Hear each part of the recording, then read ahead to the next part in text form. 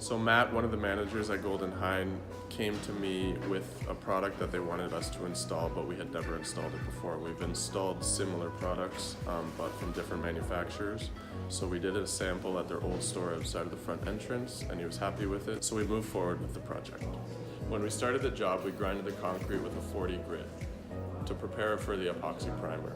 We applied the epoxy primer and then finished the floor with a tinted polyurethane.